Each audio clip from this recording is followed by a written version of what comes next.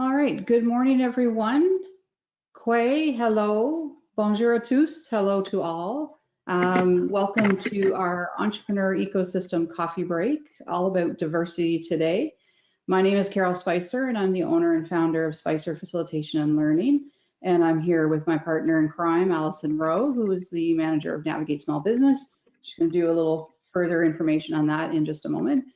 I do want to bring greetings to you and ask you to reflect on the lands that you're joining from. I'm in the beautiful community of Pasadena on the unceded territory of the Beothuk.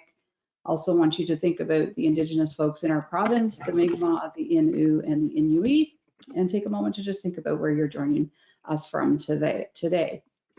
And on that note, I'm going to actually ask you to find chat. So your control panel is it may have collapsed on you, which means it's a little tiny thin bar, typically to the right of your screen. If you click on the little orange or pink arrow at the top, it'll expand it open. And if you find the chat and just click the little plus sign to open up the chat panel, you can type over in there and just do a quick hello and let us know who you are and where you're joining from and the organization that you're with. And that will give us a chance to kind of know who's on the call with us. I'm going to throw it over to you, Allison, to just welcome and let folks know who we have joining us today, and then we'll do your little short intro about Navigate. Okay, thanks, Carol.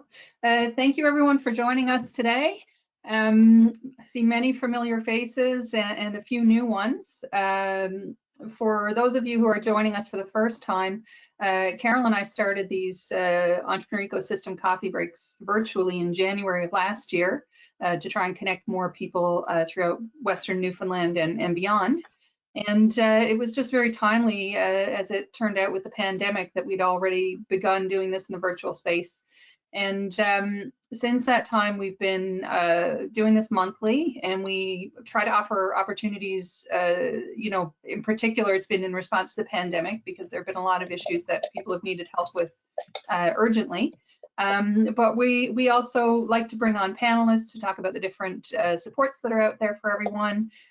We often do entrepreneur panels as well, so you can come on and talk about your business. And we like to give everyone a chance to introduce themselves and tell us about their businesses and the organizations that they work for. So today's topic, as you know, is about the importance of diversity in entrepreneurship. Once again, very timely topic, but this one should be more than timely. It should be constantly on our minds. Diversity and innovation go hand in hand. And I think, just by the number of wonderful panelists we've got here today, you can see that there are a lot of different organizations out there supporting diverse entrepreneurs. And we're going to talk more about that today. So I'm just going to do a very brief intro of our panelists, and I'll allow them to give you more information as we get to each one. So on our panel today, we have Arlene White, who is the Business Development Officer with Ulnaweg, Andrew Hibbets, who's the Economic Development Officer for FedA in Western Newfoundland, Justin Holness, who's a Business Development Manager with Futurepreneur Canada, and who works with the Indigenous Young Entrepreneur team. Sarah Thompson is joining us.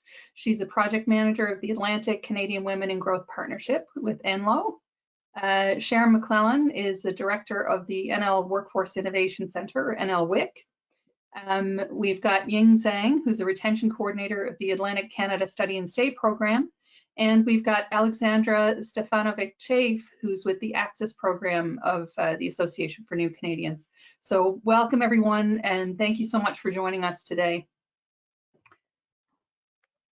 Before we begin, again, because we have a number of new people on the call, I'm just going to do a really quick introduction of Navigate and our services for anyone who's unfamiliar.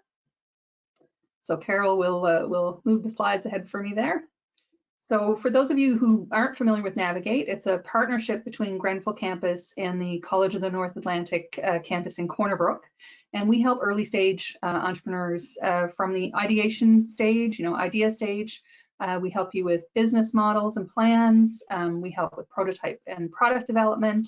And we also have acceleration support for commercialization, and we have incubator as well.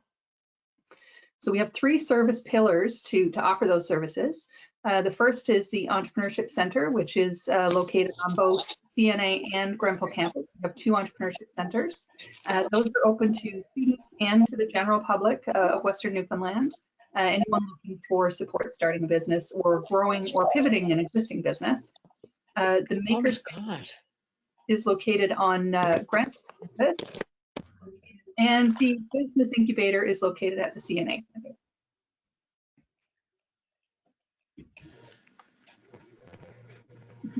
We were talking earlier about people coming into meetings, child and cat. So without further ado, we'll get into today's discussion about the importance of diversity in entrepreneurship. Excellent, thank you, Allison. Just want to mention we're getting some feedback from some sound. So if you are not up at the moment, or you're not going to be chatting at the moment, then if you just want to click on mute. So again, your control panel may have collapsed over on you. You can click out the arrow to expand it, and if you look for your audio, you should be able to find something there.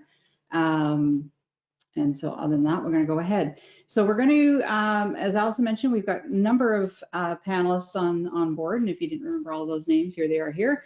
And I'm just going to ask each panelist, and I know Sharon was having some challenges with her audio, so hopefully she's got that in now. Excellent, good.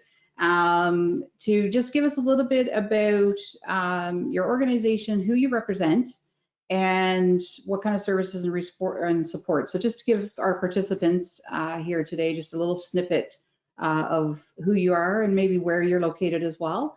And I know that you need to leave a little early today, so I'm going to start with you. Oh, thank you very much for the special consideration.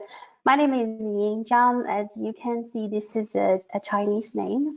My first name means crystal clear in English. So I'm the retention coordinator of Atlantic Canada Study and Stay NL program. This is a pan-Atlantic program where the other 3 provinces focus on more the employment. Our province focuses on providing support to international students in the program by providing employment support, entrepreneurship support, and immigration support. So I am an registered immigration consultant myself, and I also have a small business called Newfoundland Cultural Link and Immigration Services. So I use my knowledge to help the students in the program. These are the support. I think I answered your question. So my organization is called the International Education Newfoundland and Labrador, IENL for short. Thank you. Excellent. Thank you, Ying. And I can speak to her program because this year I've signed on as a mentor in her program. So I've been matched with an international student, and we're starting that journey together now, which is really exciting. So thank you. Thank you very much, Carol. Arlene, how about I jump to you next, and then I'll go to Sharon. Thanks, Carol. Quay, my name is Arlene White, and I'm the Business Development Officer with Ulnaweg Development Group. For those who don't know Ulnaweg, we are an Indigenous organization, and Ulnaweg means, it's a Mi'kmaq word which broadly translates to mean Indigenous, or to adopt and the beliefs and customs of the Mi'kmaq. So really it's like Indigenized development group.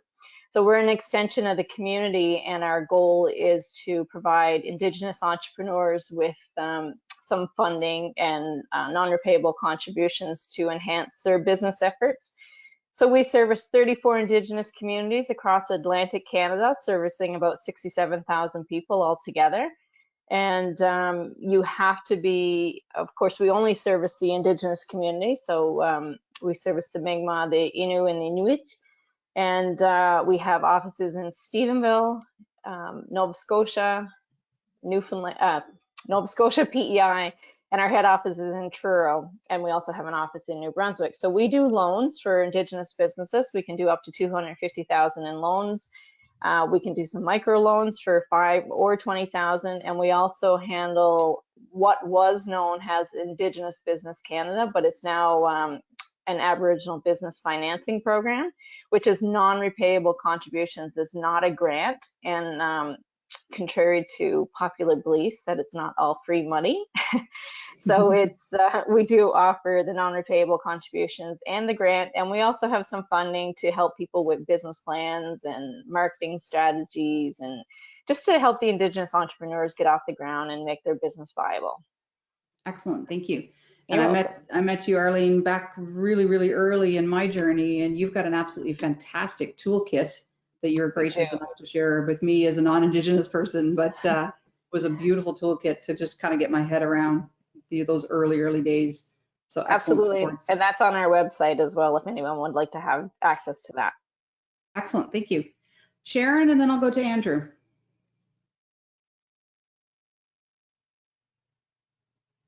Hi, can you hear me now? Yes, Carol? I can. Perfect, Sharon.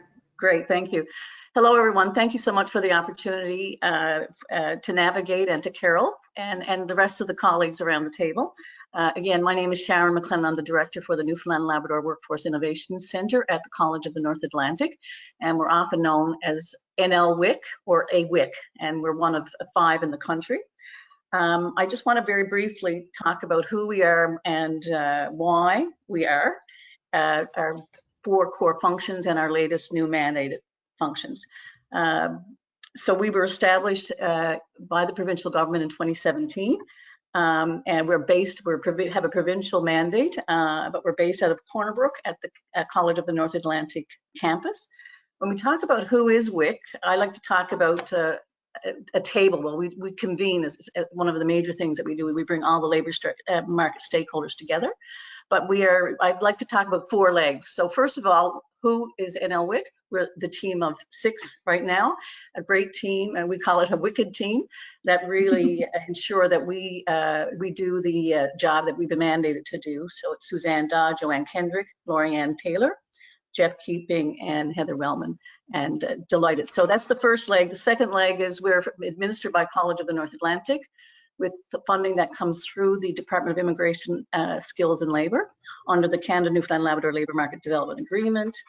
The third leg is our mandate. We have a provincial mandate to provide a coordinated point of access to engage all the labour market stakeholders around the challenges and opportunities and best practices in workforce development and that are facing the stakeholders in this province around labour market.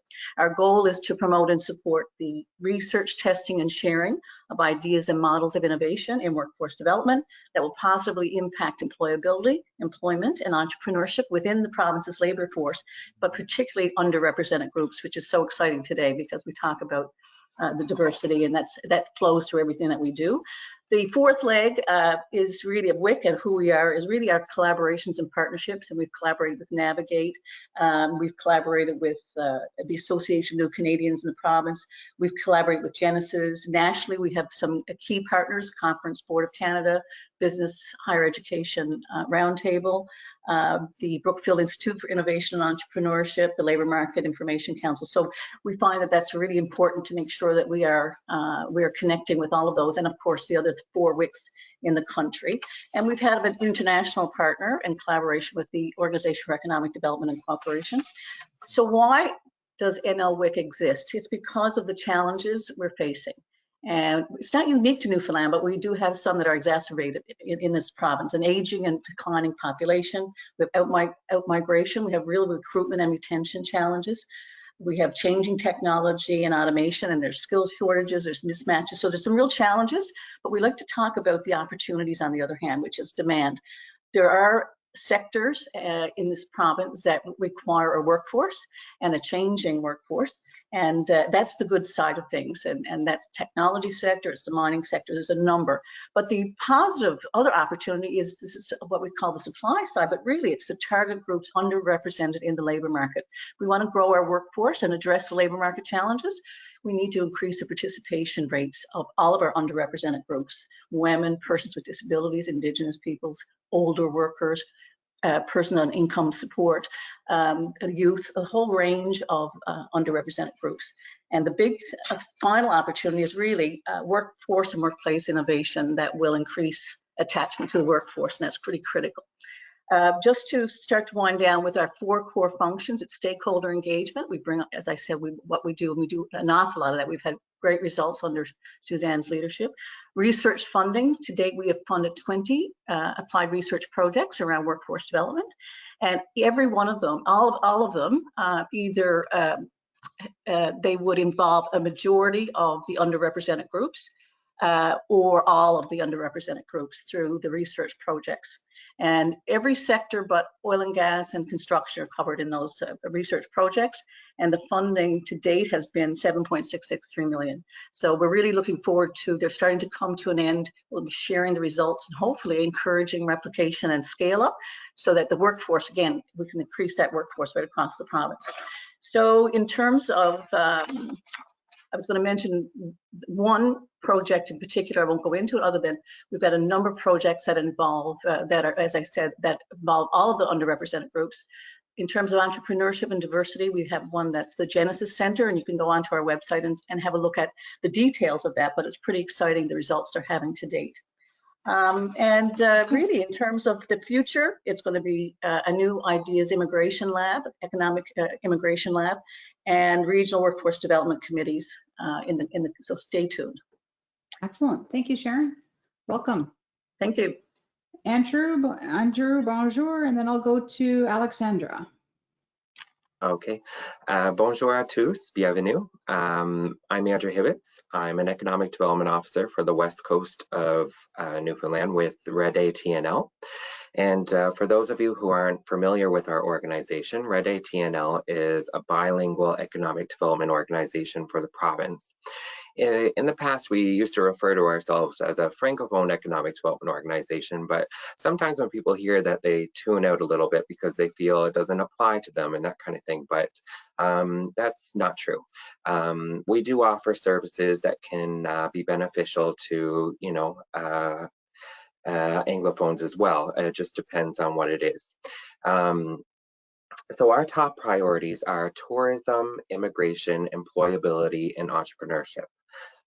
So in terms of tourism, when you go to the provincial tourism website and you click on Francais, it redirects you to our website, which is actually a new website, exploretnl.ca.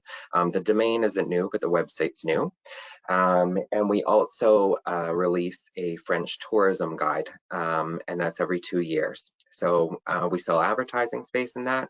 The one for this summer was already done last year, but if you want to get into the next one, you know, you can start inquiring about that. So immigration services, helping Francophones immigrate to the province. We can also help employers. So this is where it kind of comes in that, you know, you don't necessarily have to be a Francophone to avail of this service. If you're looking for a Francophone employee, you can contact us and we can help. You know, we usually have a database of job seekers, and we also have a database of of employers. So we try to match, you know, employee to employer. Also, I guess if you are a business and you want to try and appeal to the Francophone market, we can help with translation. You know, we even have other nonprofits and that kind of thing reach out to us, and they, you know, want their maybe they're in the tourism industry and they want their signage translated, so it appeals to the Francophone market. You know, we can definitely help with that too. So if there's anybody here, or if you know anybody who speaks French, or, you know, definitely contact me and I can help you with business plans. I can help direct you to where you need to go for certain services. And yeah, I think that's everything for now. But otherwise, I mean, you know, even with lockdown, we're fairly busy. We're working on several projects. Everything from Francophone daycare services to high-speed internet for communities that don't currently have a modern service. You know, it might even be high-speed on paper that they have, but it download and upload speeds would tell a different story. And of course, last year, our big project was installing, in partnership with ARCO and the cell phone tower committee, a cell phone tower in 3 Rock Cove that would service 3 Rock Cove and mainland. So that's been a huge help to them out there. And we're always looking for more projects to get involved with. So yeah, Excellent. feel free to Thank reach you. out. Allison, did you want to ask a question there? I just wanted to make a quick comment, actually. I know, Ying, that you have to leave before 12. For any of the panelists and anyone on the call who wants to put their contact information or information about their organization in chat, we urge you to do so. We follow up with a newsletter every month, and any information you want shared, we can share in our newsletter as well. So just wanted to catch Ying before you go, and anyone else if you have to drop off partway. And that includes businesses on the call. We'll help promote your business as well. Excellent. Thank you, Allison. Alexandra, and then Justin, and then Sarah. Hello, everyone. I hope you can hear me well. Yep. Okay. So yes, my name is Alexandra Stefanovic-Chafe. I wish I had something as lovely as Ying that is behind my name, but not. So I'm here today representing Access Career Services Association for New Canadians. Association for New Canadians is often the first point of contact for newcomers coming to our province. It certainly was for me in 1996. And if you are not familiar, for those of you who are listening today, the Association for New Canadians provides assistance to immigrants who arrive to the province in terms of settlement and integration, language supports, translation, community connections, a number of specialized services for youth, women, and of course employment. So I work with Access Career Services Division, which is the employment division of the association. And currently I'm doing special projects, but my last position was entrepreneurial coordinator. Last year we did a project with ACOA, a business growth initiative. This is just one of the initiatives and one of the projects that we have in terms of offering supports and services for newcomers who are either coming to our province already as entrepreneurs, or those who are here and want to become entrepreneurs and have wonderful ideas. So just very briefly, Access offers a number of employment supports. We help around 700 newcomers a year, and we offer programs in-house, and we also have online programs in terms of workforce connections, career essentials, e-mentoring, internship placement programs, financial literacy training, workplace communications and integration training programs, IELTS supports for those who are maybe continuing with education, university. But to go back to focus more on entrepreneurial supports, we identified a gap in terms of supporting newcomers who would like to take this route, the entrepreneurial route. And in 2008, we launched Business Development Supports Program. Since then, more than 100 participants have accessed assistance through this program, and 65 have actually started successful businesses. So I think, this is a very significant number, considering also sometimes, how challenging it can be doing this in the province and in general. So newcomers who open businesses come from a variety of industries: health services, food services, retail, IT, childcare and education, manufacturing. So there's a number of fields that are represented here. And what we found is that around 85% of those who open businesses still to this day access some of our services. And this is mainly in terms of networking, which is continuous. and professional events we offer, and of course information services. This proved very important last year when things changed so drastically, and then regulations and rules and protocols changed, and they really needed to access the right information. Just a couple of more programs to highlight here. In 2018, we delivered our first Youth Ventures program, and this is for newcomer youth from the age of 16 to 29. This was in partnership with Community Business Development Corporation, and we hope to do this continuously because it was a really great success. We think that the earlier we highlight these opportunities as real opportunities for young people, the better the outcomes will be later in the future. Another really great partnership, and we really rely on partnerships and value our partnerships. So another one was with the Atlantic Canada Opportunities Agency. We've partnered with them since 2015. First, to deliver professional workshop series to newcomer entrepreneurs. And then in 2017, we added a mentoring component to this. So finally, last year, 2019 and 2020, again with support from ACOA, we delivered Business Growth Initiative project. And so in addition to the professional workshop series and mentoring, we developed a virtual business plan assistant tool for newcomers who would like to work on their ideas and develop them into a business plan. It's a very simple, easily accessible tool. It's obviously self-directed and independent, but we do have we have an entrepreneurial coordinator who always assists and supports those who need help. And we also had the initiative culminated with the Entrepreneurial Expo, which we held in December last year. And we featured 10 businesses out of 25 who were part of this initiative throughout the year.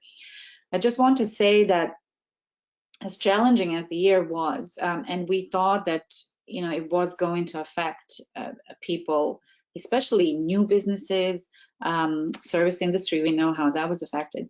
Majority of the businesses that we worked in were able to continue their operations, maybe somewhat reduced, but they still maintained their business.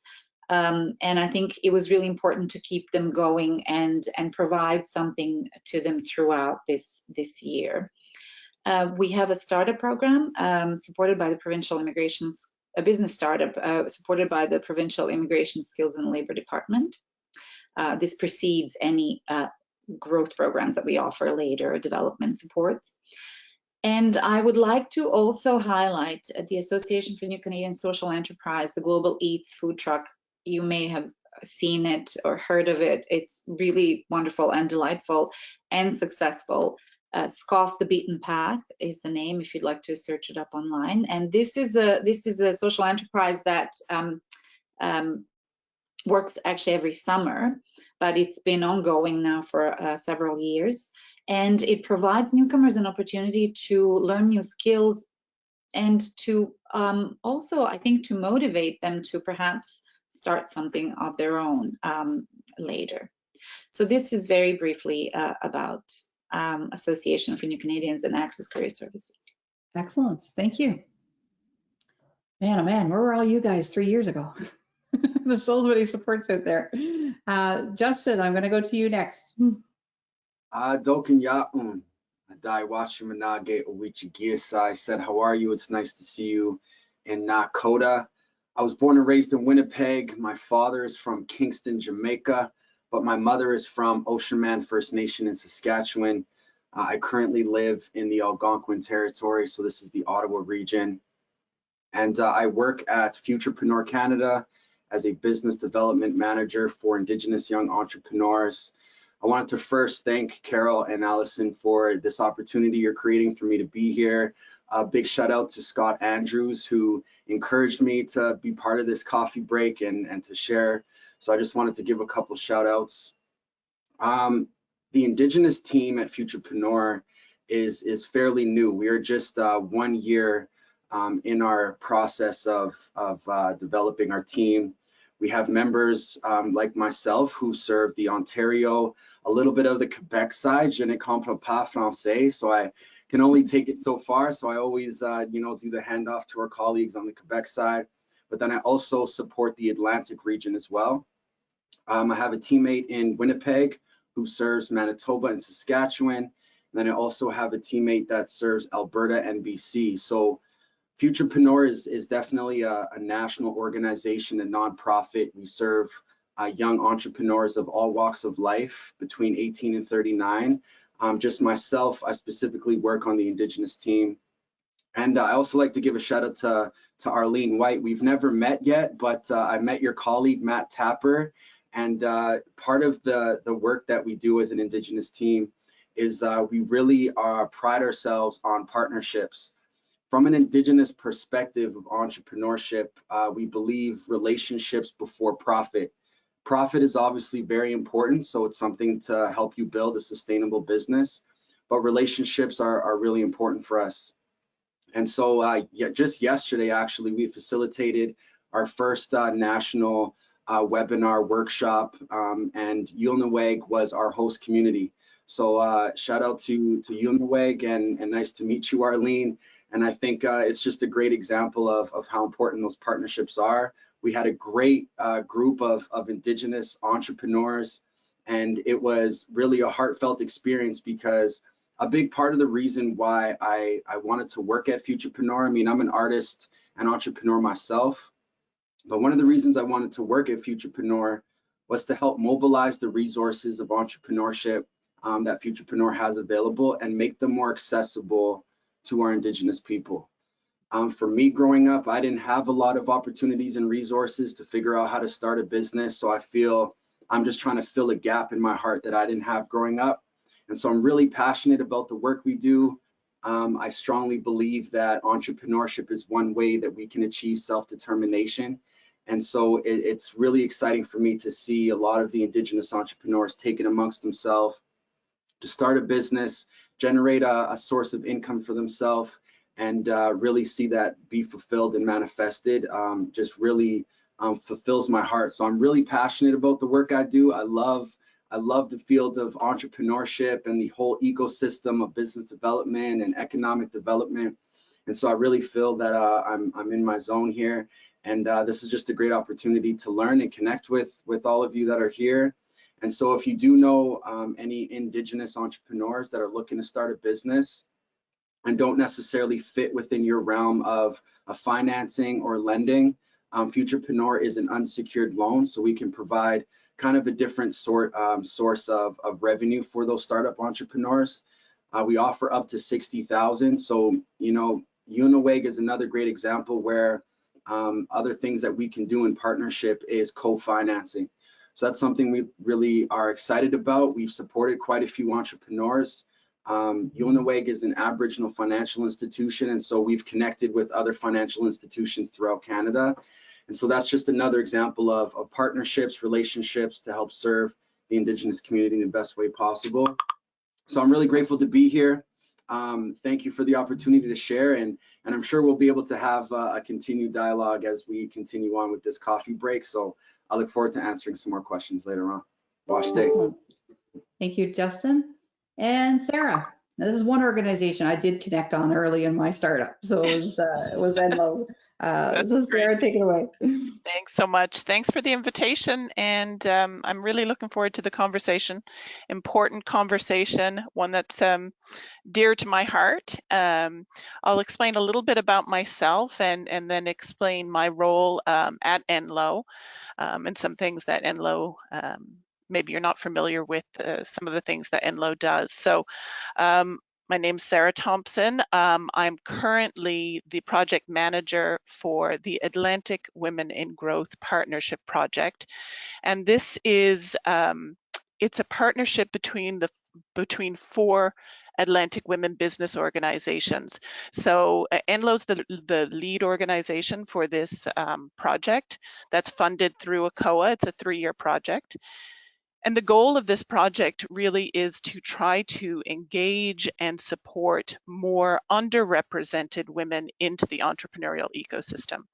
So we're looking at delivering services and supports for women, Indigenous women, newcomer women, women with disabilities, women in non-traditional trades, as well as in STEM and tech. We're really lucky to be able to have this partnership with all the Atlantic provinces, because we get to tap into the resources and the supports that each organization has and collaborate together and hopefully build some really powerful initiatives out of this. So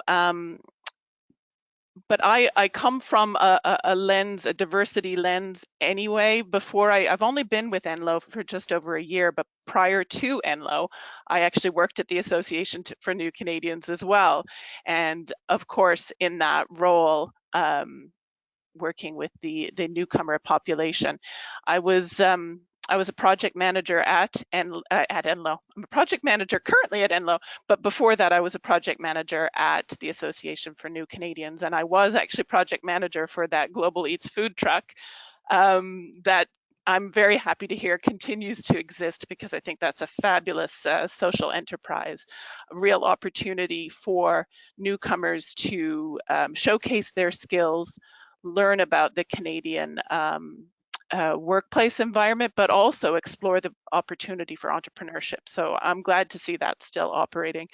Another project that I worked on at the Association for New Canadians, I know Sharon is well familiar with, is a farming project that was called Bridging the Divide. And that was also exploring skill sets that newcomers bring to the province, and this in this case was farming skills. So a lot of newcomers that come through the Association for New Canadians have farming backgrounds. So this project was a project that again was skill building, but also an opportunity to explore connecting farmers with other farm organizations throughout the province to showcase their skills and also explore the potential of entrepreneurship through that process as well. So that's sort of that's my background prior to working with NLO. But at NLO, for those who aren't familiar, NLO is the Newfoundland and Labrador Organization of Women Entrepreneurs. So at NLO, we support, what's the number? It was roughly 1,100 women a year. We provide supports to who are either exploring a business opportunity or they're operating a business and are looking for more supports to further grow their business. We have advisors throughout the province of Newfoundland and Labrador. So we have advisors in Labrador, on the West Coast, Central and Eastern, for both startup and growth. And those advisories are free. So any woman that is interested in exploring a business idea or is currently operating a business but is seeking further supports, NLO's there to support you, and whether it's supports internally, but we also have lots of connections within the community, the province as a whole, to be able to connect women to what it is that they're needing for their business. We do currently lots of online events, lots of networking events, lots of training events, and as part of the project that I'm connected with through NLO, we are developing programming to support newcomer women. I should start with, I'm currently working with a group of newcomer women in partnership with the Multicultural Women's Organization of Newfoundland and Labrador. So we're delivering a 12-week, 30-hour training program to newcomer women who are exploring starting their own business. So that's a really exciting training session that we have currently. We're halfway through right now. I'm also delivering training to a group of Indigenous women in partnership with it's a big long name, Empowering Indigenous women for stronger communities. So that's a group of women that are working really hard on developing a social enterprise, but also developing their own businesses independently as well. We're also, through the Atlantic Women in Growth Partnership, we have a series that we're delivering every couple of months. We deliver the Atlantic Women's Business Series. Goodness, there's too many acronyms in this. And this is an opportunity. These are really great opportunities because what we do is we get a panel of women entrepreneur leaders from underrepresented groups that get to talk about their experience and their journey of entrepreneurship, sort of setting a path, showing a pathway to entrepreneurship for those that may identify as being newcomer women, as being Indigenous women, but are also exploring entrepreneurship. So those will continue. We've already had 4 of those sessions, and one of them we were able to offer in French because of our partnership with our New Brunswick partners. So that one was Newcomer Women to Canada. That one was completely run in French. And we've also done one Indigenous women leading the way in entrepreneurship. Women in the trades leading the way in entrepreneurship, as well as STEM and tech, women in STEM and tech. So there's more to come. So I encourage you to check out NLO's website because all those will be opportunities will be advertised there. And I'll leave it at that for now because I know that there's you want to get to discussion. So thanks for the invitation again. Thank you, Sarah. My goodness, I got to give a hats off to all our presenters. We are bang on time. So you folks are fantastic. So I'm going to throw out something to engage our participants as well as our panelists. I'm actually going to try to launch a poll here. So the first poll should be coming up. And this is a select all that applies. So if for our entrepreneurs and startups that are on the call, you can answer. And for our panelists, if you want to click on who you represent. So in some cases, it'll be all of them. But if you want to choose that, we can give you a moment to do that.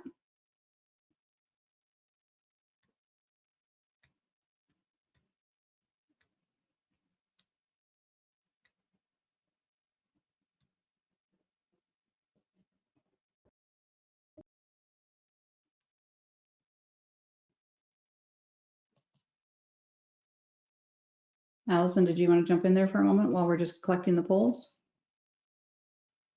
Yes, I just wanted to mention actually, again, to anyone on the call today, and in particular the support organizations, any events, opportunities, funding opportunities, different projects that you're launching, or it could be an online event, whatnot.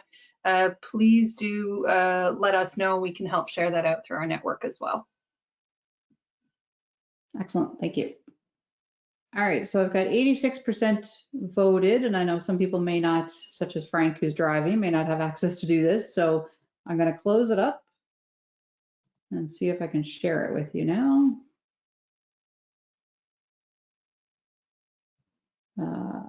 Close and share.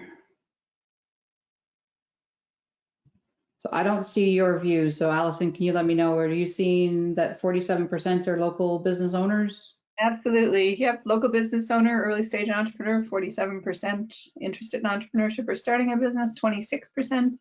Employee of a support organization, 74%. Industry partner, 16%. And student, 16%. Excellent. So I have one more. Let's close that. And we'll try this one. This is the one that I meant for those of you in support organizations, you can click off who you represent. And for the entrepreneurs, again, click off the boxes that suit you, which is more than one in many cases.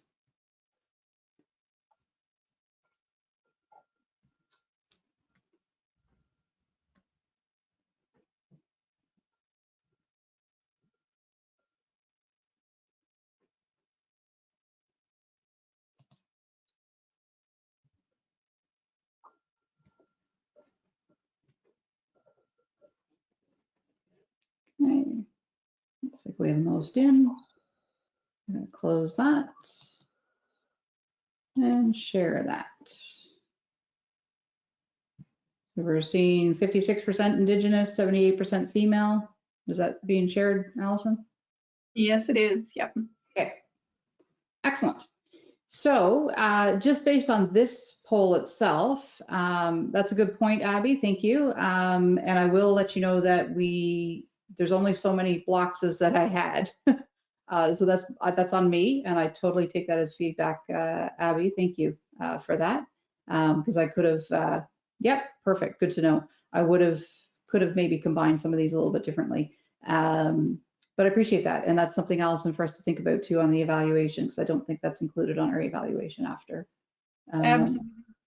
And actually, Abby, it's interesting that you mentioned that, because I was thinking earlier there were no, not to my knowledge, any LGBTQ specific organizations in Newfoundland that support entrepreneurs. And so maybe that's something we need to look at.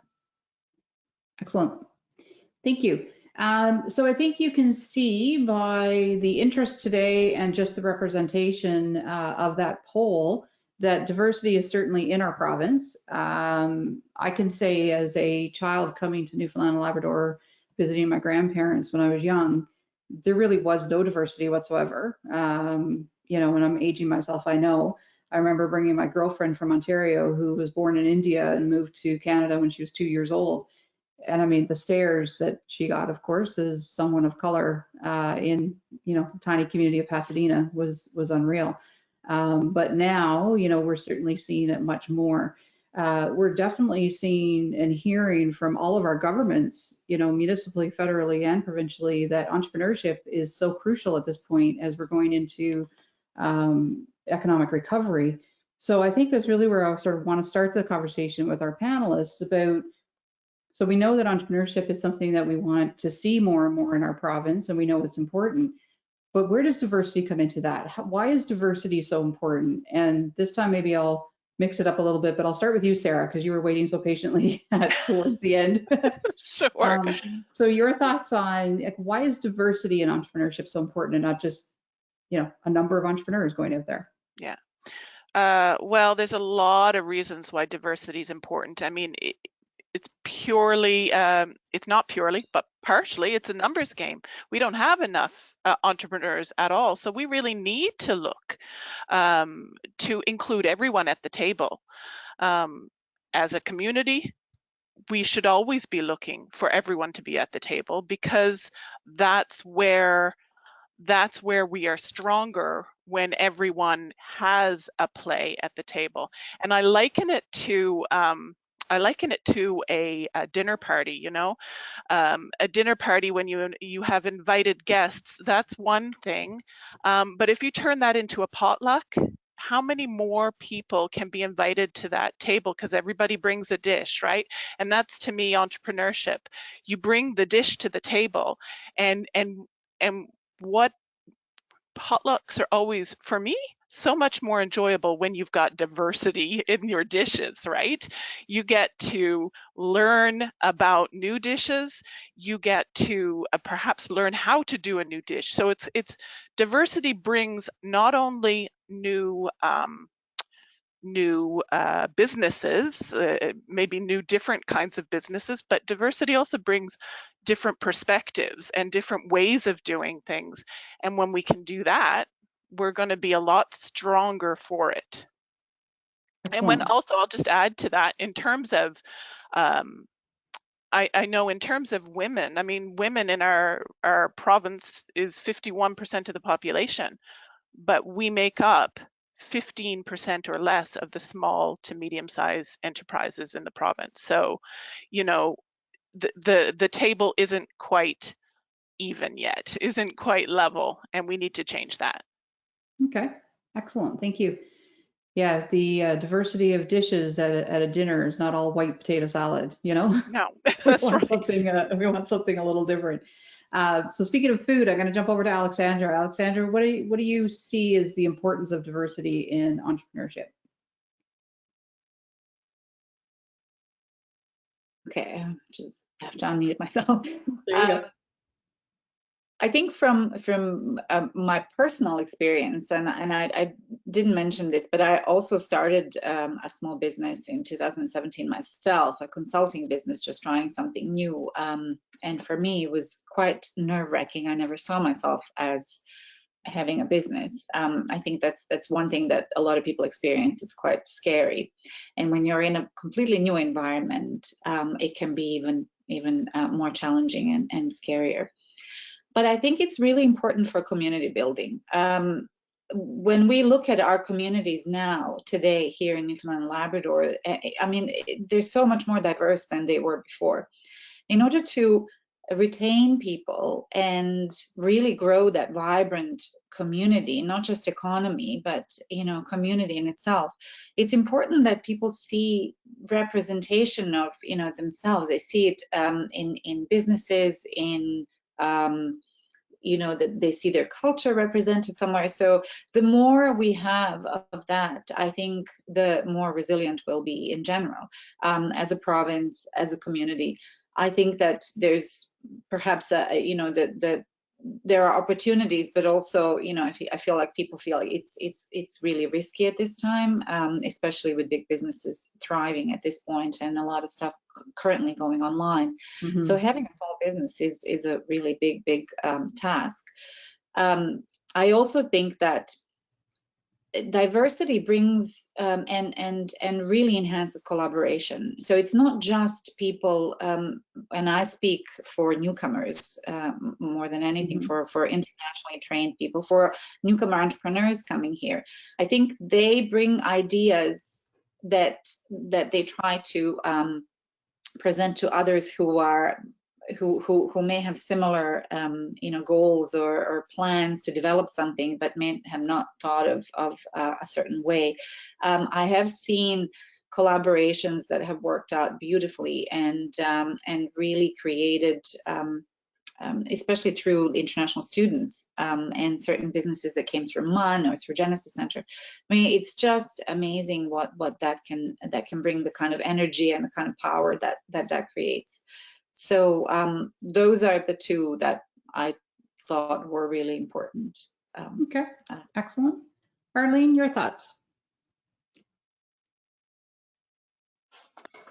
Yeah, so much along the same lines as what the other ladies are saying, but from an Indigenous perspective, is about creating that space for Indigenous entrepreneurs, for Indigenous women, for all of our women, because you know, up until recently, Indigenous people didn't always have a place at the table, and so for me, diversity is about creating that place and that space, but also making it safe so that we can come out and venture and share and share our views and respect one another and learn from one another. Because I mean, what better way to learn than to engage in conversations and build in relationships and share respect for one another.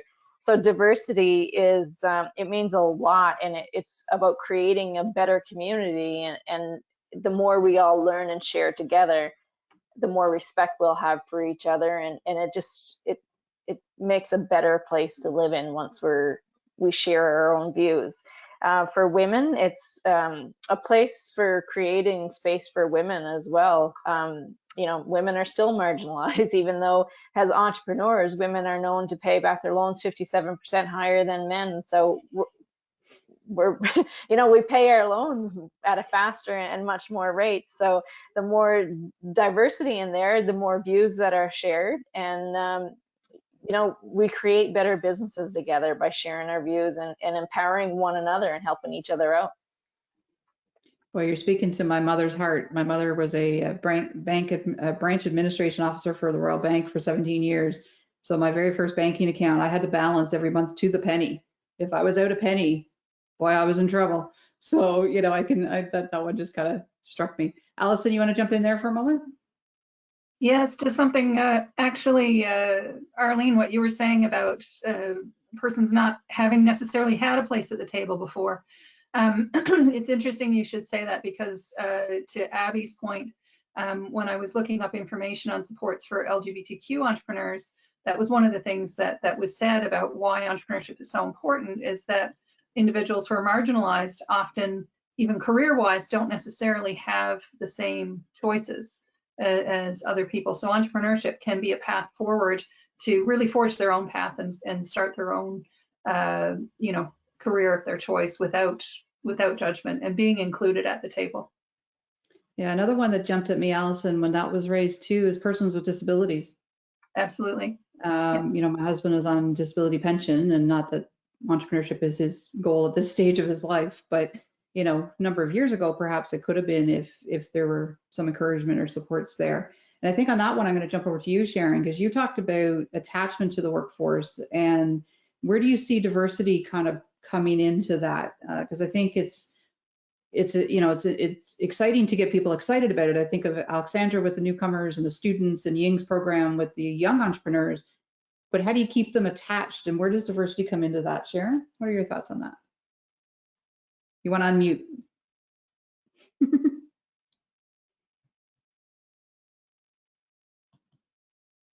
Oh, that was your camera.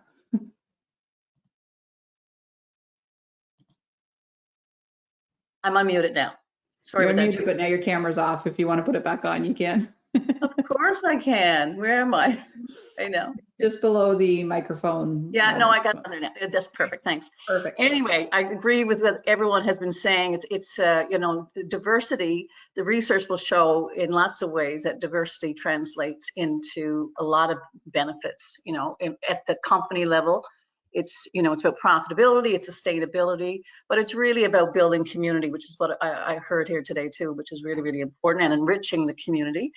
But from our perspective, if you know, we have labor market challenges, so we need to expand the numbers of people, including entrepreneurs that are starting up, but also creating jobs. And I think having a diverse entrepreneurship ecosystem should translate into a diverse workforce. And all the benefits that would come from that. So I think it's about connecting the dots. It's about, you know, diverse entrepreneurs should turn into diverse with serving diverse customers, both in Newfoundland and abroad, and hiring a diverse workforce that, again, will bring all the benefits that we know to our communities and to our province. So I think it's about community and province building. It's about economic development and workforce development, and diversity can only enrich and enhance all of those. That's excellent. And you know, you raised something there about, just look at our panel today.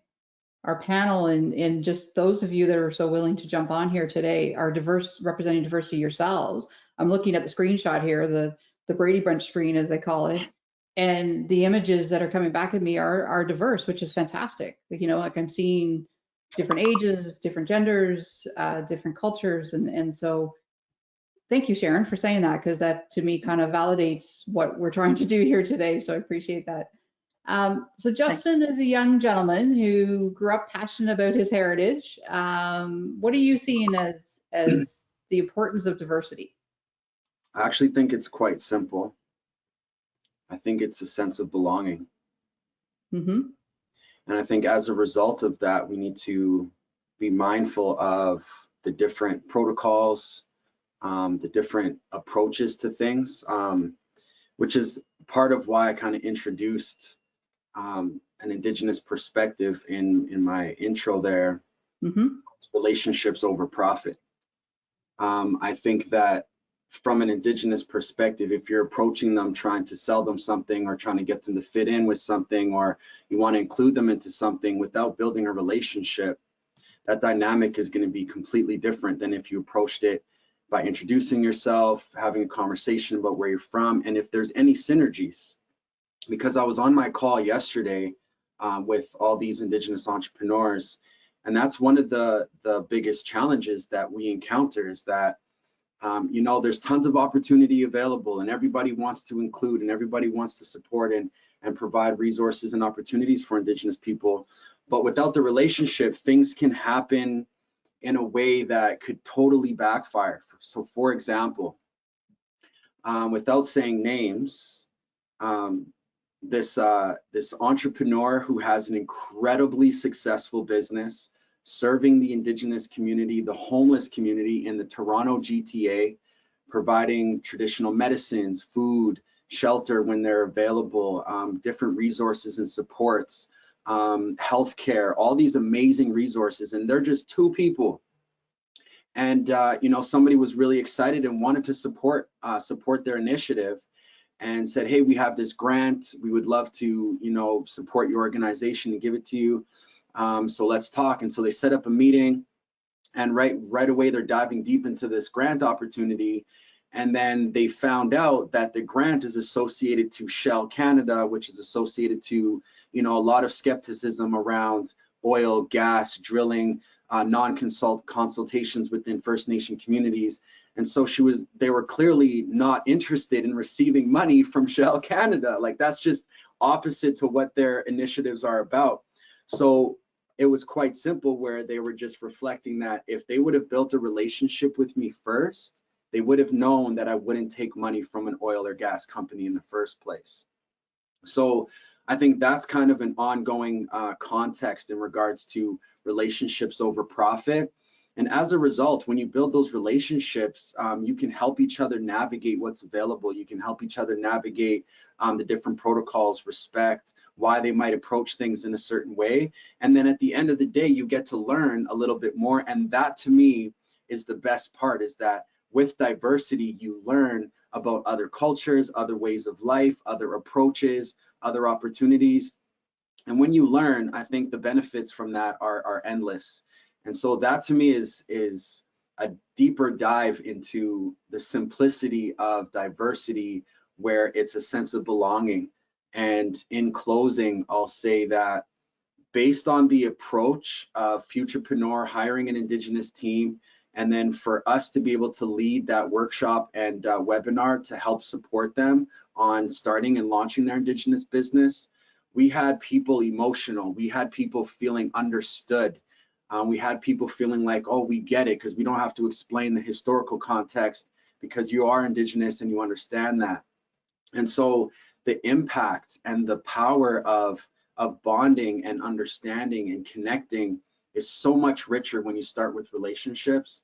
And so that's just another example of how powerful those results are. So I do have to tip my hat off to Futurepreneur Canada for their efforts in, you know, creating an Indigenous team that allows us to be more diverse in our approach, build those relationships with the Indigenous community to create those positive outcomes.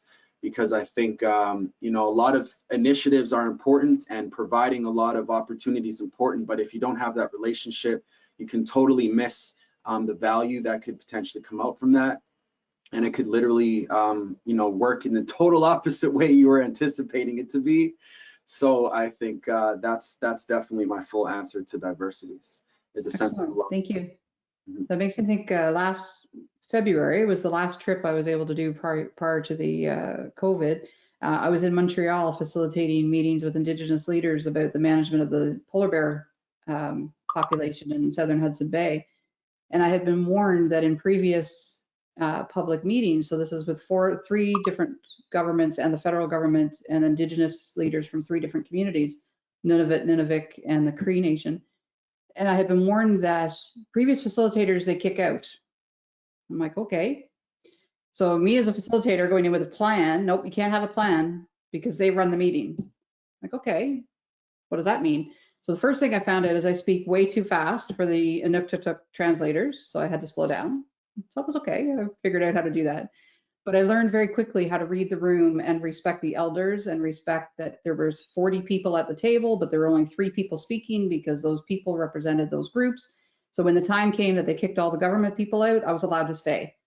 And I think it was simply because of that, Justin. It was that respect and that building that relationship early throughout that process. So by day 2, when I needed to facilitate, I was accepted because I didn't go in with, here's my white woman way of how I'm going to do things. You're going to follow my rules. No, this was their meeting and I needed to respect that. So those relationships, I think absolutely are really important.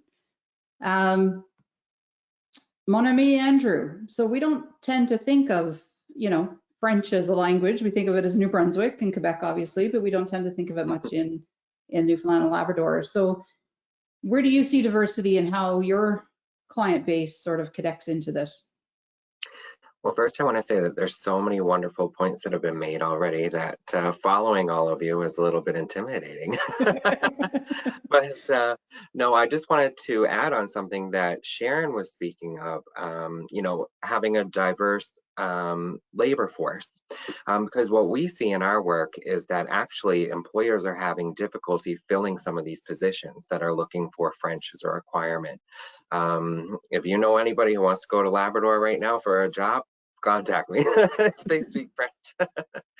But no, in all seriousness, yeah, I mean, and so having a diverse workforce brings diverse skills and fills gaps that need to be filled for employers. And, you know, having that here is really important. It brings new skills, it brings new ideas, it brings a lot of important value to employers. So I think, yeah, like I said, so many great points have been made already, but that's just what we see in our day-to-day experience.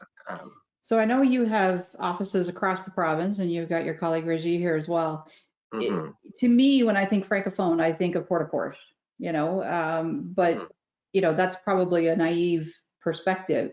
How much is francophone community? How much is it across the province? Can you share a bit on that?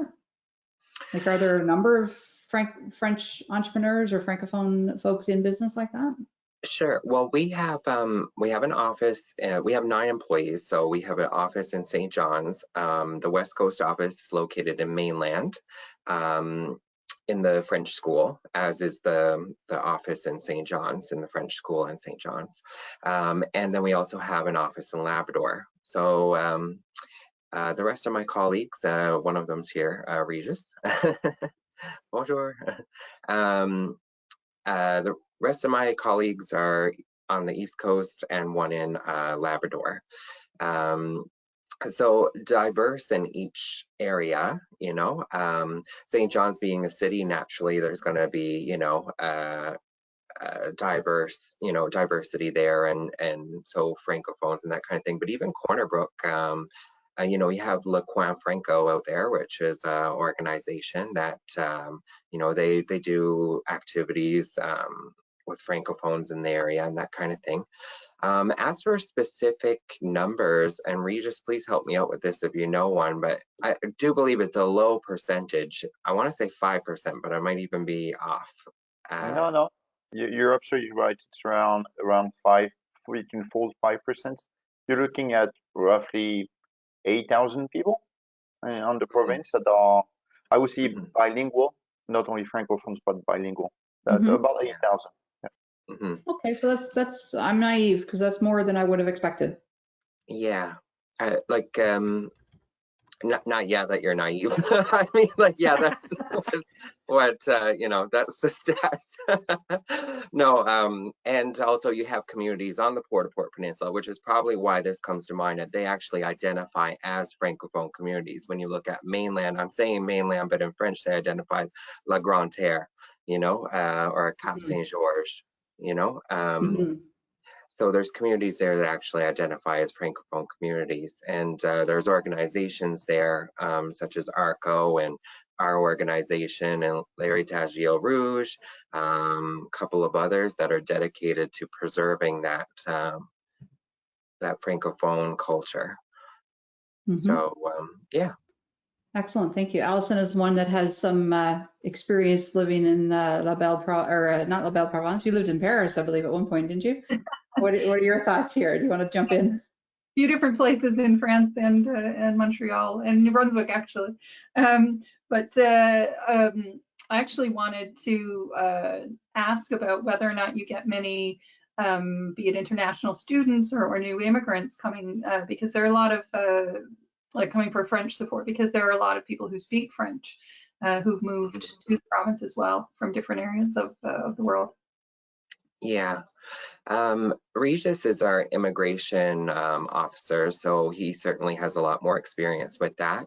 I started during the pandemic, so having that contact with students hasn't been easy, but I have had some reached out through, for example, Grenville here on the West Coast, and participated in a virtual fair that they had. So had some contact with people that way.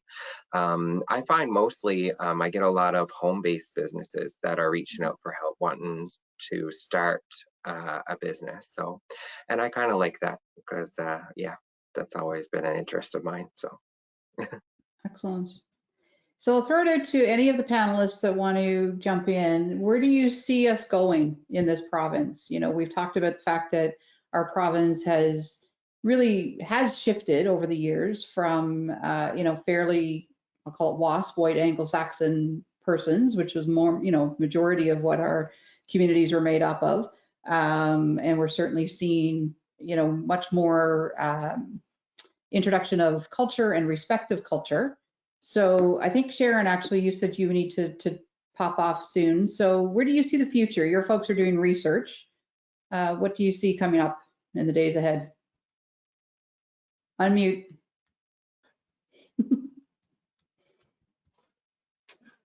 Sorry about that. That's okay. So in terms of the future, I see, I guess I'm going to say two words, the future of diversity and entrepreneurship. I see it bright and I see it growing. And I say that from our perspective, because, you know, of the research projects that we're doing, in particular, those that are really growing entrepreneurship and diversity in entrepreneurship. And I mentioned the Genesis Center, and it's a fabulous project that is focused on researching how the barriers to women and immigrant founders and startups, and what are the opportunities to increase the participation and growth of companies led by females and immigrants. So I see it very bright. We're getting some really good early learnings from that. I mentioned that we will be, we had a recent public announcement about a new economic immigration ideas lab that will be led by the NLWIC, by our center. And it will be provincial in nature, and that's going to bring together all of the labor market stakeholders who have a stake in growing and advancing immigration in this province, and looking at what are the issues, but what are some practical solutions, what are some practical approaches that we can test and solve the recruitment and retention challenges, for example, and other things. So I see it really, really bright because we've got some really, and just around the table, look at the resources and people that care so much about diversity and entrepreneurship today. So I see it very bright. I see it growing. And yeah, I look forward to doing, you know, having future conversations about how that's going. So Okay. that would be my response, yeah. Excellent, thank you. To our participants, if you have any questions at all, feel free to pop them in chat. And I'm just going to keep it short for the next couple moments, and then we're going to give you folks an opportunity to say hello if you wish to talk about your businesses. Who'd like to jump in next? Justin, you look eager. Anything else you want to add? I look eager. You look eager. Just because you're standing, you're moving. I'm loving it. Yeah, I'm taking it all in. I actually have I think a counterproductive response. I think in the future there's going to be a lot of mistakes made. Mm-hmm. I think there's going to be a lot of growing pains in order for diversity to truly be reflected in the way that that sense of belonging is fulfilled. But I think I'm hopeful that it will manifest into a positive way because of individuals that are here on the panel today putting in all of that work, building those relationships, creating those positive environments. But I think those challenges we're going to experience, we really need to do a good job at being open to how to fix those mistakes or how to be better, but also not be afraid of them. I think just the personal reflection, you know, doing a lot of work in the school board, just on my own personal entrepreneurship initiatives where I do art and music, performances, talk about the historical context. A lot of non-Indigenous to Canada, because everybody's Indigenous to somewhere, but non-Indigenous people to Canada and teachers more specifically are always nervous about how to share the information of Indigenous history, how to talk about residential schools. And sometimes that can be really nerve-wracking and mistakes can be made. But I think for them to have the audacity, the courage, the bravery, and building those relationships to invite guests to come and speak and be able to create those relationships and opportunities, is creating a positive impact in the students. And so that all is part of that learning curve. So I think for me, the future is definitely, to echo Sharon, bright. You know, I think there's a lot of opportunity for growth, but I think we have a lot of growing pains that we still need to kind of get through in order for us to really create that safe space of belonging where our diverse human beings from across this country can feel a sense of fulfillment, feel secure, and feel like, oh, I would love to apply that job because they're gonna understand me or understand my needs a little bit better. So I think that would be my short and sweet answer. Is there's a lot of growing pains, but definitely on the positive trajectory. Excellent. Allison? Justin, you just made me think about something I watched the other day. Brene Brown has a Netflix talk that she does, and it's about daring greatly, and about the courage of you know, being vulnerable. And towards the end of it, she talks specifically about trying to repair the relationships between diverse groups, and she's talking about the southern states in the US. But I think that's so applicable to every country. Every country has their uncomfortable past that they need to deal with. And she talks about how it can be really uncomfortable for someone who's not part of a diverse group to try and repair and you know, rebuild those relationships. And she says how important it is to dare greatly, jump in, make mistakes, and just be honest about the fact that you don't know, and to ask for appropriate guidance from the individuals that you're speaking with, and just start those conversations honestly and openly.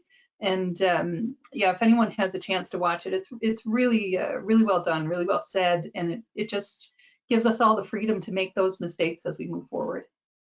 Pop that in the chat if you can, Allison. I'd love to check that out, if just so I can get all the spelling correctly, and that'd be great to look into. Absolutely. Yeah, we talk about failing forward, right? You know, there's times that you fail. We talk about it in project management all the time, but it's failing forward, Right. you know, and it's learning from it, and you know, making those adjustments as we go. I mean, Arlene and I were chatting on email about land acknowledgement. I mean, the first time I ever did a land acknowledgement, it was like, well, I don't even know what I'm doing. I don't know what I'm saying. I don't know how to say it. I reached out to my buddy Frank, who's on the call listening, saying, Frank, what do I say? What do I do? And now, you know, and not to say that it was a checkbox, but I mean, I wanted to do it and I had the intention to do it, but I really didn't sort of know how to do it. And so, you know, I put out there and asked people, like, what is it I'm supposed to do? What does this mean? What is this? How do I understand this? And how is this real to me? It's not just a checkbox. It is real to me. You know, and thinking about my community and where my community is and the evolution of our province and so on. So you had to ask those questions. You have to be brave enough to do it, right? Any other of the panelists want to jump in? Arlene, looks like you want to say something there. Yeah, I do want to jump in with that remark. You were brave enough to put it out there and ask, and it was a conversation that we had, in all respectful conversations, but there's also still a place in Canada that Indigenous people, that diversity is still a check in the box. So when we're talking about diversity in all of our organizations, we still have to do that hard work. We still have to ask the hard questions. We have to have them very, very important conversations. And like Justin referred to it earlier, we have to form them relationships so that we all understand where we're coming from and come from a place of respect and understanding. So that we're not just a tick in the box and we got an Indigenous person on staff, now we're okay. And I keep referring to Indigenous people because normally we just are a tick in the box. You're here because we need you here. Canada says you've got to be here now. So I appreciate that you opened that conversation up, Carol, and you understood where I came from. And a land acknowledgement is not for me to acknowledge. This is my land, you know, it's our land. It's where we come from, the Mi'kmaq people and the Mohawk, wherever Justin's come from, and it's the Cree. We're here, so we don't need to acknowledge that we're here. It's for that relationship, for the non-Indigenous person to recognize that there has been a lot of harm and there needs that open space and conversation so we can move forward to make all of our communities a better place. Absolutely. I guess that's good. You know, I'm in the world of training and I'm always asking the questions. So, you know, for me, to Justin's point, it's easy for me to put myself out there, but it's not easy for everyone. you know, to open themselves up and to realize that maybe you're doing something wrong and to admit that you're doing something wrong. And hopefully the intent is that you weren't intentionally wrong, you were naive and you were, you know, you did it unknowingly, and that's how we learn. I do want to try to give an opportunity to some of our entrepreneurs that are on the call as well, but Alexandra and Sarah, quick words. What would you sum up our future for, Alexandra, you first. 1 or 2 words. What would you sum up a future of diversity in Newfoundland and Labrador? Well, I wanted to say, I was looking at 2 very different things. I go to St. John's Farmers Market often, and I look at the faces of people who, you know, are creating things, who are, you know, moving forward, having their own businesses, and it's wonderful, and it's growing in diversity. So, you know, that's really exciting. And then I look at our IT sector. I look at technology. I look at all the new startups, and there's a lot of diversity there too. So, I mean, what more can we ask for? I think if we just look at those 2, we're going to be fine. Excellent. Thank you. Sarah, and then Allison, I'll jump to you. Yeah, just to quickly add that I think the future is bright because the intention is there from all aspects. I would say government intention is there. Government is funding initiatives like NLWIC and others, and well, the project that I'm working with. So the intention is there from that respect, but also look, we're having this conversation. So I think there's a lot of interest in supporting diversity and entrepreneurship. And I think this is a great conversation. We need to have not just a check-in, but I think we need to actually see how we can now make change from these conversations. So what change can we make from having these conversations and continue to grow the space for diversity and entrepreneurship? Excellent, thank you. Allison. One of the things that Navigate and other entrepreneurship centers try to do frequently is events like startup weekends and hackathons. And one of the things that is so important about that is the cross-pollination of different people. And when you get people from different backgrounds, all ages, different sectors, you really get like the spark of different ideas, and that's where the magic happens. And I think, you know, the same can be said for diversity in all respects. And I would love to see some type of event down the road where we all get together and really bring the cultural aspect of diversity to entrepreneurship, because even just, you know, I've been fortunate enough to, before moving home, I lived and traveled around the world for many years, and some of the most diverse places and most diverse and entrepreneurial and innovative places and people I've met have been often in some of the most you know, struggling places, you know, countries where entrepreneurship is not just, it's not a choice necessarily, it's a form of survival. And so it's really interesting to see all the different perspectives that people bring to problem solving. And you know, when you bring cultures and different challenges and different perspectives into that, you can get some really unique novel ideas and some really unique businesses and things growing from it. So I'd really love to look at that down the road as something that we could potentially all do together. Excellent. I'm sure we could stay on here for another hour and a half because this is a really interesting conversation. So 2 things I'm going to say, and then I'm going to throw it open to the floor. Our next coffee break is March 19th, I think, Allison. And we're talking about grit, what it takes to stick to it. So that's going to be our next coffee break, and registration is open. I'll get Allison to throw that in chat and in her follow-up email. If you want to join, we'd love to have you. And there is an evaluation form when you close down your system today. If you could do the evaluation for us, that helps Allison continue to receive funding for these wonderful events, that she can go back to her funders and say, yes, everybody was excited and loved it. And if you hated it, tell us that too, because we need to know to improve. So whatever works. I know we're coming up on time, but I know we do have a few entrepreneurs online. If any of you want to open up your mic and say a few words of welcome and say hello, you're more than welcome to do so. I'll throw that out there. Yeah. Go for it, Margaret. Okay, so thank you very much for the opportunity to sit in and listen to all these wonderful people sharing their experiences regarding diversity. It does not, okay, I'll leave that aside because I can't think straight right now. But anyway, as for myself, I'm a female entrepreneur, been in business for slightly over 10 years right now. I'm in what is typically considered a male-dominated industry, but I stuck to it. I will definitely be attending this next this next session that you're going to be running. I do workplace safety training and consulting.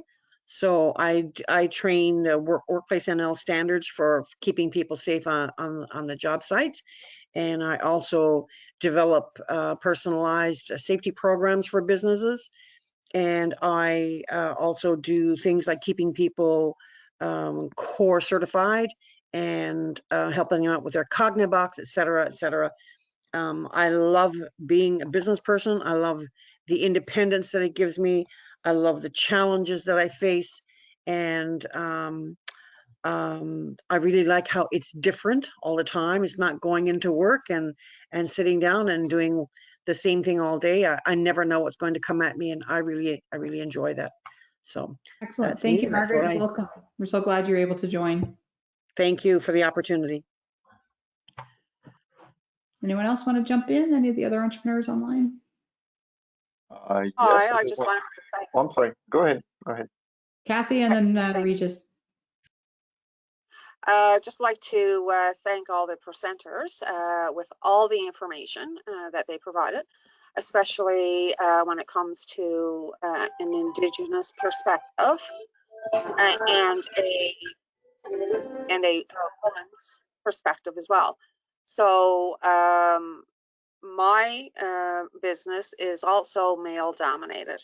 So and I like to make some changes towards that.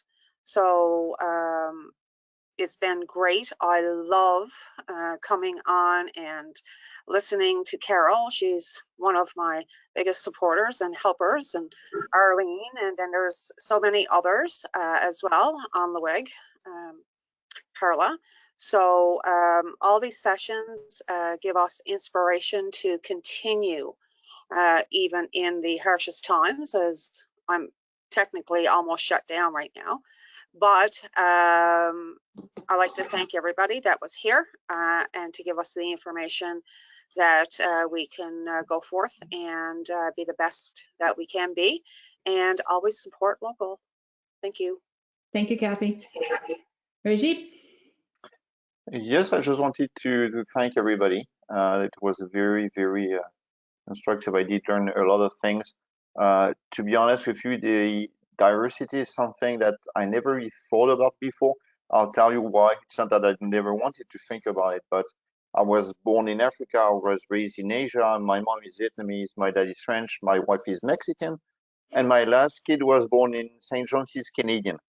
Okay, that's kind of diversity to me.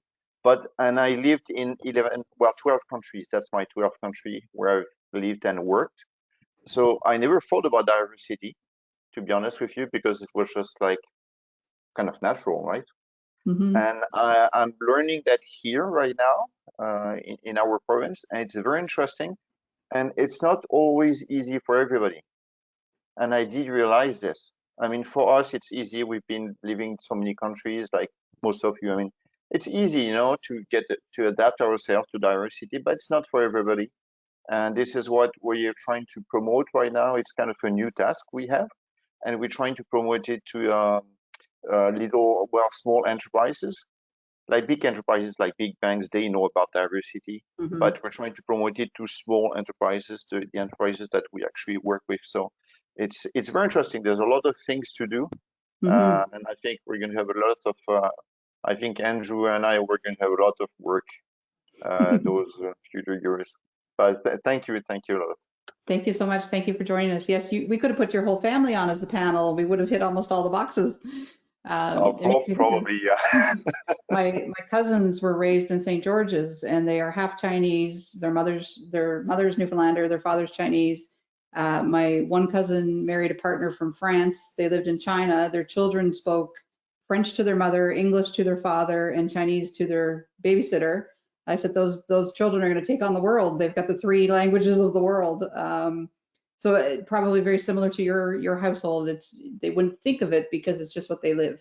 But I think what this is showing you here is that there are some very pockets of our province, especially, that just don't see outside of their own homogenous communities. So thank you for that perspective. Allison.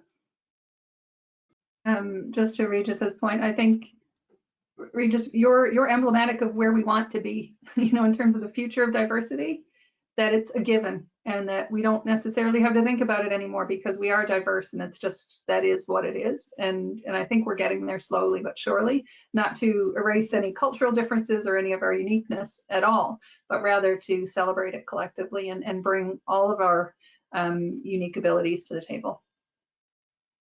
Excellent. We are just past 1 o'clock. Abby or Alex or Jeff, anyone else want to jump in? Stephanie? Hi, it's Jeff. I've got my camera off, but I'll keep it that way for now. Nobody wants to see this mess. No, I'm just very interesting to listen to everybody's different point of views. You know, it's a good thing to see. My background is actually not workforce development or anything like that, so I'm learning as we go through these kind of things, and it's very encouraging to see that, you know, we as Canadians and Newfoundlanders are very accepting of the diverse backgrounds, and we recognize the importance it has towards economic development in our province and in our country. So this was great. Thank you very much.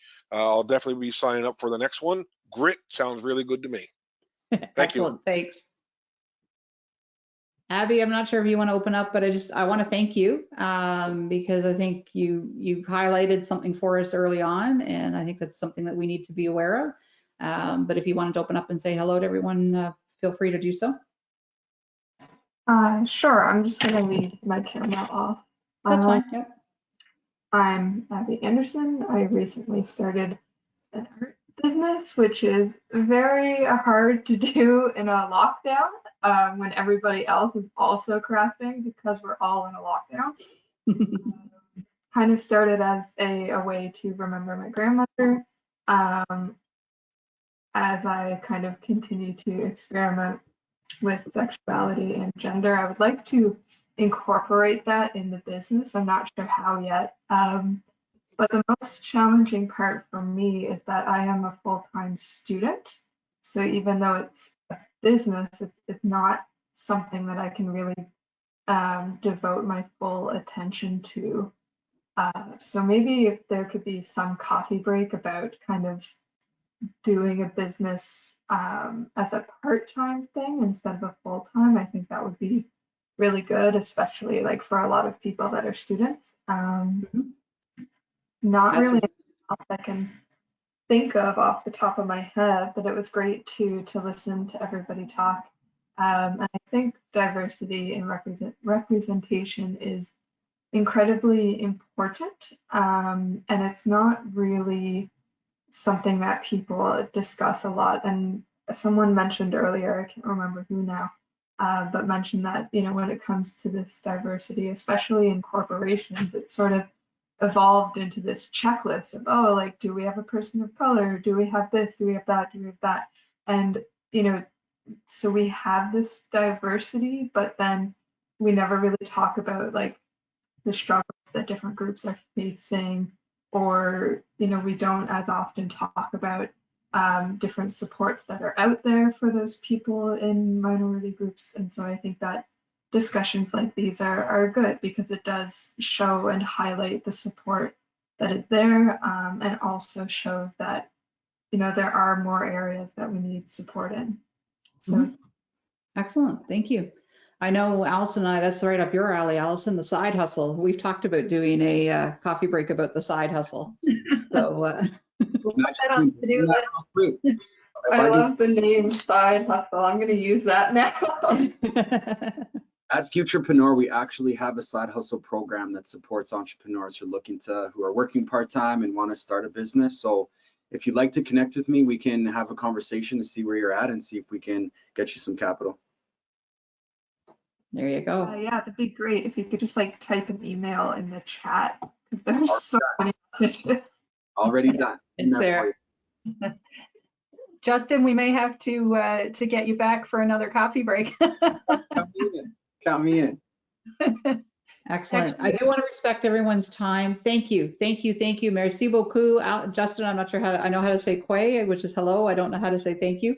You could say wash days, not coda.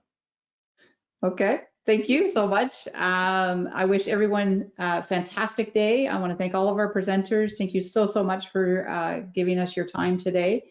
To Abby's point, we've started the conversation. I think it's one that we need to continue. I definitely see synergies between those of you that presented and opportunities for each of you to serve those of us like Kathy and Abby and a few that dropped off that are in this world, crazy world of entrepreneurship. We couldn't do it without you folks. So thank you so very much. Again, as you're logging off, there is an evaluation. If you haven't put your contact information in chat, please do. And Allison and I will compile all that information together and put it out to everyone. Thank you, everybody. And one thing, we have a number of events coming up. Normally we talk about them. We ran out of time, so I did put them over in chat, but we'll follow up with an email to everybody with all the links to the upcoming events. And if anyone has any questions, by all means, reach out. My contact info is in chat, but we'll also send that out as well. And one other thing, just any of the businesses here today, we have a new local business directory that's going to be on our new website. If you're interested in having your business promoted there, reach out to me and I'll make sure that you get added to that. Excellent. Thank you, everyone. Have a fantastic day. Thank you. We'll see you again.